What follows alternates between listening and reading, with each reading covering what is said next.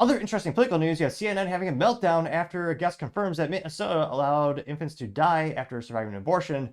It's, yeah, there's nothing they hate more than the truth on CNN. That's comes thanks to Liv's a TikTok, in which she says, quote, watch the CNN panel meltdown after Scott Jennings informs them that records of the Minnesota Department of Health noted 8 cases of infants dying after initially surviving abortion procedures during Walz's terms as governor.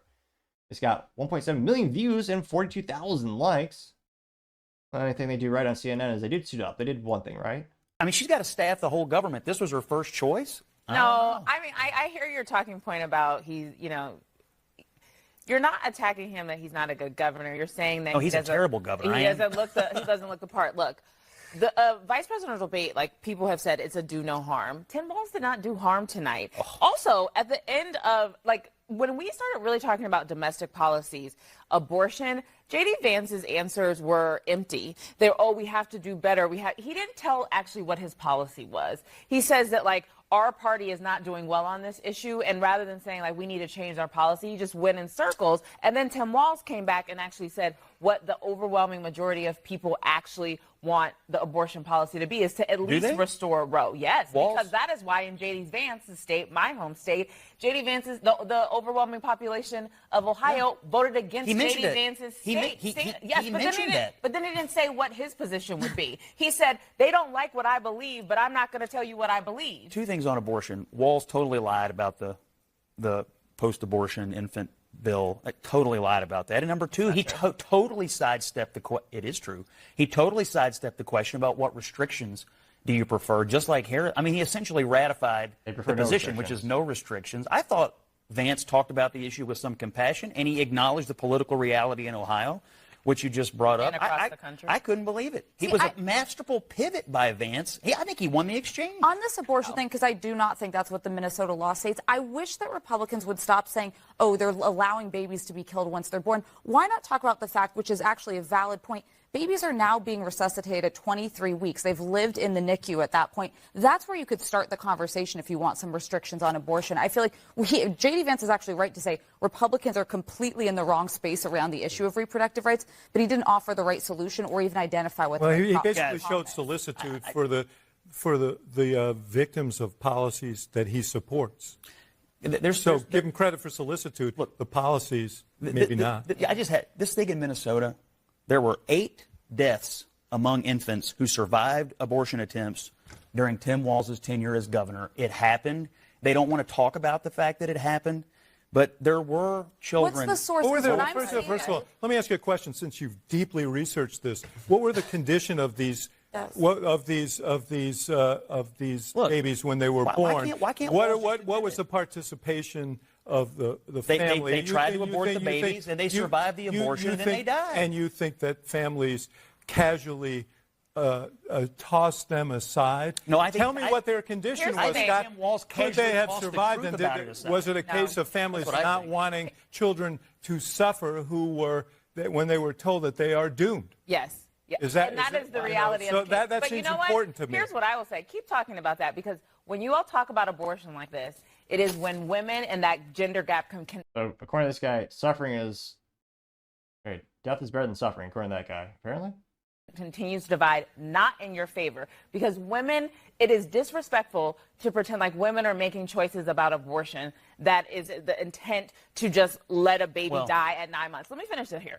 And it is dishonest for J.D. Vance to go up there and try and push that narrative. And that is what I'm saying when I said he presented well, but his policies and what he was saying was not truthful. It just wasn't. And that is why the overwhelming American people, since Roe has been overturned, you guys are not winning. You are not winning. And if you run on this issue, you will not win in November. They're not running on this issue. They're lying on this issue. They're running on, it's up to the states, and they're running on Donald Trump's moderate position of some reasonable restrictions, rape, incest, and life of the mother, IVF support. Can I just say something about this?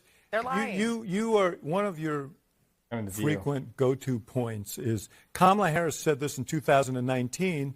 That's her position. Donald Trump said women should be punished You talk about his moderate position. His moderate position has been adopted over the course of this campaign for purposes of this campaign after he put the justices on the Supreme Court who overturned Roe, who've created a crisis for women who live in 20 states in this. I mean, even Ruth Bader Ginsburg, if you look at her, kind of her opinion, even she thought the basis of the Roe v. Wade wasn't correct. Country. His position is moderate, and it is in line with what I think most Americans Do you believe want. him when he said that women should? And I think Harris and Walz have proven they cannot discuss even a single restriction that they want. Do you believe when he said women should be punished? Do you believe? I don't believe, and no do you Republican believe? wants Do you women to be believe? No, but he said He it. said Do you it. believe him when he said it? And at the time, it was roundly believe- criticized by other Republicans. Did you believe him when he said it? I can tell you what Republicans believe, which is I'm just reasonable. asking you what Trump believes. I'm telling you what he's running on right now. I know what what he's running on right now.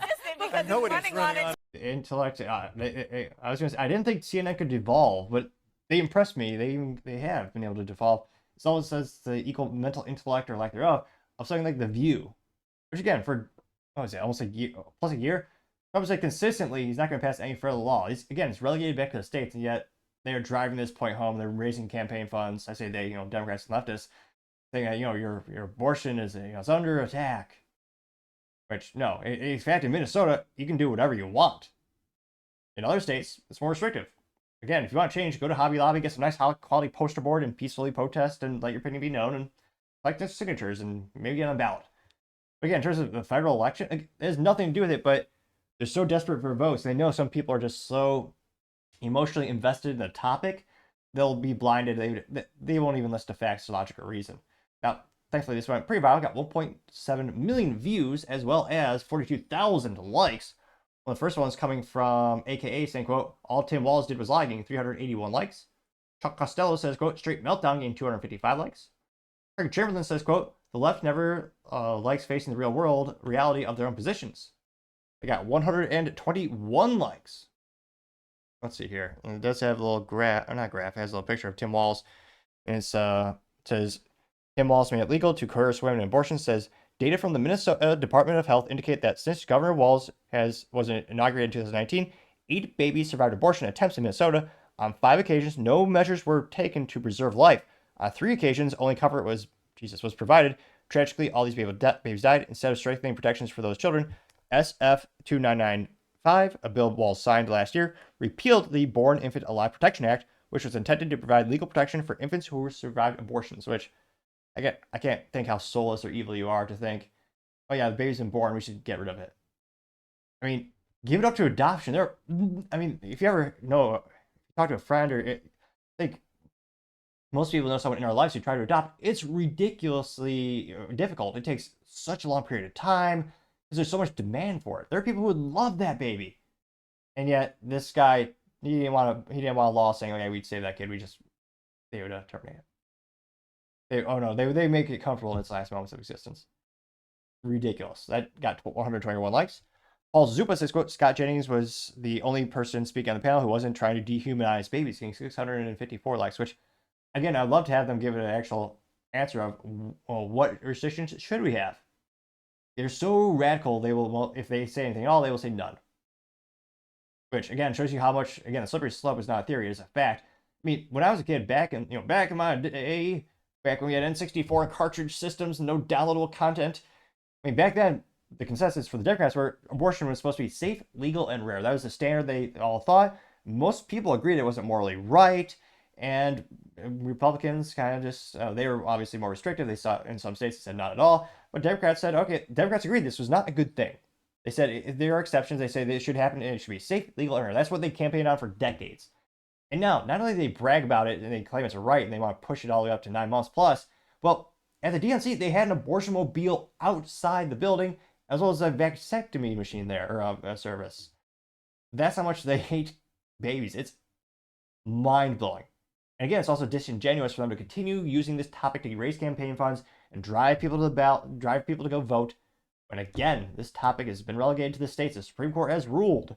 If you want to have abortion up to 9 months, that's what they do in Minnesota. The people there love it, apparently. If you want to be more restrictive, go somewhere like Texas or Florida. If somewhere in the middle, like maybe a purple state, maybe you have a certain weeks, or they have the 16 weeks is very common, kind of the cutoff period, so to say, in many states. But again, it's a state's issue. But they will never stop. This is one of the most emotionally charged topics. They'll never stop raising campaign funds on it. And again, people have the right to do it as well. Don't get me wrong. They also use it to raise funds. They also use it to raise awareness. But again, this election has nothing to do with it, but it is one of the top things, especially when you look at like the polls of what especially young women care about, and they really want this. And it's one of the things where they will vote. But even though, again, their vote won't change anything, voting for their state representatives in their state, that will, and that's how it works. It's a state's issue. But yeah, it is astonishing how much this topic is almost like a worship it these days. And I do think, again, it shouldn't, because it's a state's issue, but I do think this will be one of the biggest things that has an influence on the upcoming election. But let me know, do you think the average person has done a modicum of research to realize this is not going to be influenced by the federal government? And again, you've had Trump reaffirm multiple times he wouldn't pass any federal law, even if he could, which he couldn't because of the Supreme Court. But again, I digress. Let me know in the comments, because as always, be fascinated to hear what you have to say. Thank you, everyone, for taking the time to tune in. Again, try to get to 4,000 subscribers by the end of the month, so if you can click that button, I greatly appreciate it. Also, give me a thumbs up, thumbs down, or comment. It's a great way to give me some additional feedback, letting me know how I can make the show better and better. Lastly, don't forget to take time to tell your family, tell your friends, tell your coworkers, heck, tell your enemies, tell anyone and everyone. Just stay safe, fight the good fight.